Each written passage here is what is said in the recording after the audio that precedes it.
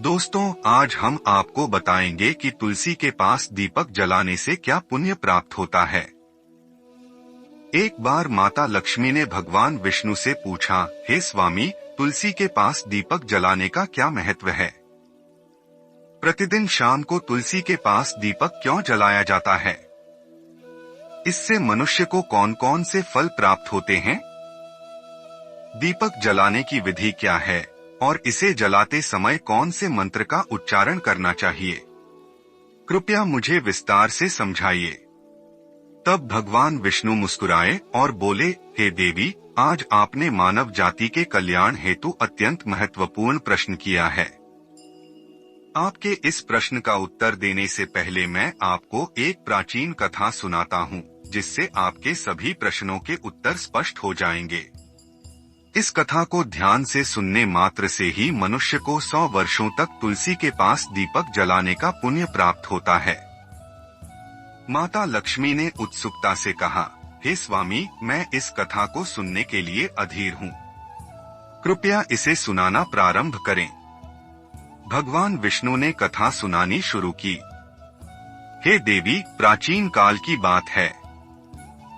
दक्षिण दिशा में तुंगभद्रा नाम की एक विशाल नदी बहती थी। उस नदी के किनारे पर विशाल नाम का एक अत्यंत सुंदर नगर स्थित था। उसी नगर में काशी नाम के एक ब्राह्मण निवास करते थे। वे अत्यंत गुणवान, चरित्रवान, धर्मपरायण और वेदों के मार्ग पर चलने वाले थे। उन्होंने समस्त शास्त्रों का अध्ययन किया था और सदैव धर्म कर्म में लगे रहते थे। काशी ब्राह्मण की एक पत्नी थी, जिसे लोग दुराचार कहकर पुकारते थे। यह नाम उसके स्वभाव और कर्मों के अनुरूप था।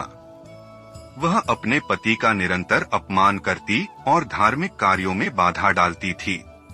काशी ब्राह्मण अपने पत्नी के अपमान और व्यवहार से अत्यंत दुखी रहता था। वह एक धर्मपरायण व्यक्ति था, जो पूजा पाठ और वेदों के अध्ययन में अपना समय व्यतीत करता था। लेकिन उसकी पत्नी, जिसे दुराचार कहा जाता था, उसे हमेशा तिरस्कार करती और धार्मिक कार्यों में विघ्न डालती। उसकी पत्नी के स्वभाव के कारण गांव में भी उसका नाम खराब हो चुका था। लोग उसके व्यवहार पर आश्चर्य करते और ब्राह्मण के प्रति सहानुभूति व्यक्त करते। ब्राह्मण ने कई बार उसे समझाने की कोशिश की, लेकिन वह न तो उसकी बातें सुनती और न ही अपने कर्मों में बदलाव लाती। एक दिन ब्राह्मण ने सोचा, अब मैं इससे क्या उम्मीद करूं? यदि मैं इसे नहीं बदल सकता, तो मुझे अपने मार्ग में अविचल रहना होगा। उसने निश्चय किया कि वह अपने धर्म और कर्तव्यों का पालन करता रहेगा, चाहे उसकी पत्नी कितनी ही बाधाएं डाले। लेकिन नेति को कुछ और ही मंजूर था। एक दिन ऐसा हुआ कि एक संत महात्मा गांव में आए। जब ब्राह्मण ने उनके दर्शन किए, तो संत ने उसकी पत्नी के स्वभाव और उसके जीवन के कष्टों के बारे में पूछ लिया।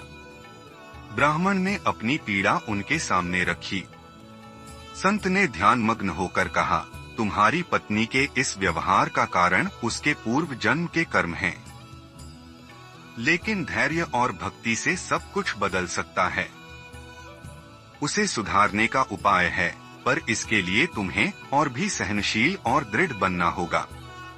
संत की बातों ने ब्राह्मण के हृदय में नई आशा जगाई। उसने अपने जीवन में और भी श्रद्धा और संयम लाने का निश्चय किया। फिर भगवान विष्णु कहते हैं, हे देवी, वह स्त्री अपने यार दोस्त के खोज में घने जंगल की ओर जाती है। जंगल में चलते चलते उसे एक बाघ दिखाई देता है। बाघ ने अचानक उस स्त्री पर आक्रमण कर दिया और अपने तेज पंजों से उसे घायल कर दिया। घायल होकर वह स्त्री जमीन पर गिर पड़ी और दर्द से चिल्लाते हुए कहने लगी, हे बाघ, तुमने मुझ पर क्यों आक्रमण किया? मैं यहाँ अपने प्रियतम को खोजने आई हूँ। मुझे छोड़ दो, मेरे भक्षण से तुम्हें क्या मिलेगा? उस स्त्री की यह बात सुनकर बाघ क्षण भर के लिए रुक गया और हंसते हुए बोला, हे दुष्टा, आज विधाता ने तुझे मेरा ग्रास बनाया है। तुझ जैसी पापी स्त्रियों का भक्षण करना ही मेरा कर्म है। तुझे इस शरीर से मुक्ति देकर मैं तेरा उद्धार कर दूंगा। वह स्त्री डर और आश्चर्य से कांपते हुए कहने लगी, हे बाघ, तुम कौन हो? मुझे सच सच बताओ, तुम्हें किस कारण से बाघ की योनि में जन्म लेना पड़ा? और तुम मुझ जैसी स्त्रियों का भक्षण क्यों करते हो? कृपया मुझे पहले अपनी पूरी कहानी बताओ, फिर चाहे मुझे मार डालो। बाघ ने गहरी सांस ली और कहने लगा, हे पापिनी, सुन, मैं तुझे अपने पूर्व जन्म का वृतांत सुनाता हूँ।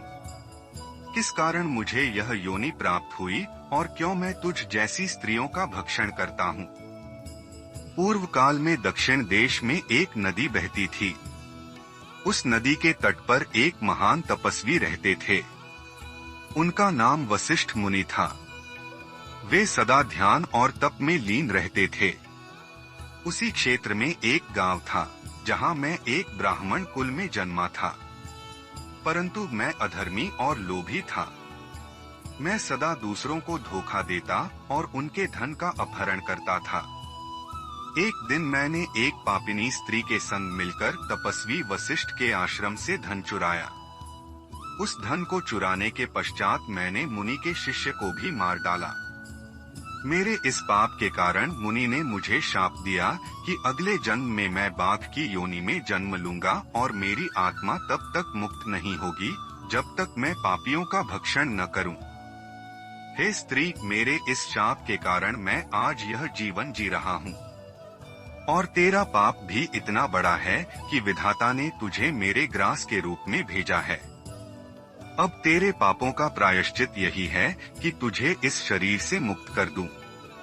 इतना कहकर बाघ ने उस स्त्री का अंत कर दिया।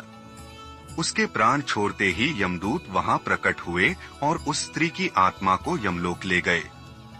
यमराज के सामने उसे खड़ा किया गया और चित्रगुप्त ने उसके कर्मों का लेखा जोखा प्रस्तुत किया।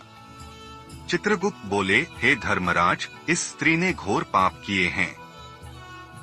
यह अपने पति को छोड़कर परपुरुषों के साथ अनैतिक संबंध रखती थी और कभी अपने कर्तव्यों का पालन नहीं किया।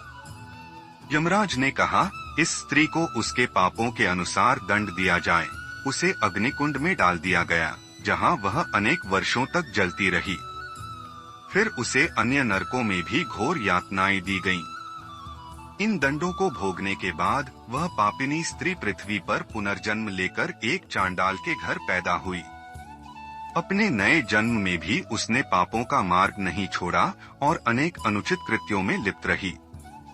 अपने पापों के कारण वह कोढ़ की भयानक बीमारी से पीड़ित हो गई। उसका शरीर जलने लगा और उसे असहनीय कष्ट सहने पड़े। उसकी आंखों और शरीर के हर अंग में पीड़ा होने लगी। एक दिन अपनी पीड़ा से छुटकारा पाने के लिए वह तीर्थ स्नान के उद्देश्य से अनंतपुरा नामक स्थान पर गई। वहां उसने एक आश्रम के बाहर निवास किया, जहां एक तुलसी का पौधा था। उसने देखा कि अन्य महिलाएं तुलसी के पास दीप जलाकर पूजा कर रही थीं। उसे देखकर उसने भी तुलसी के पास एक दीपक जला दिया। उस रात दीपक जलाने के बाद हृदयाघात से उसकी मृत्यु हो गई। यमदूत उसे लेने के लिए वहां प्रकट हुए, लेकिन जैसे ही वे उसे पाश में बांधने लगे, भगवान विष्णु के दो दूत वहां प्रकट हुए। वे बोले, इसने तुलसी के पौधे के पास दीप जलाकर अपने सभी पापों का प्रायश्चित कर लिया है। अब इसे मोक्ष प्राप्त होगा। इस प्रकार भगवान विष्णु की कृपा से वह आत्मा पवित्र होकर परमधाम चली गई।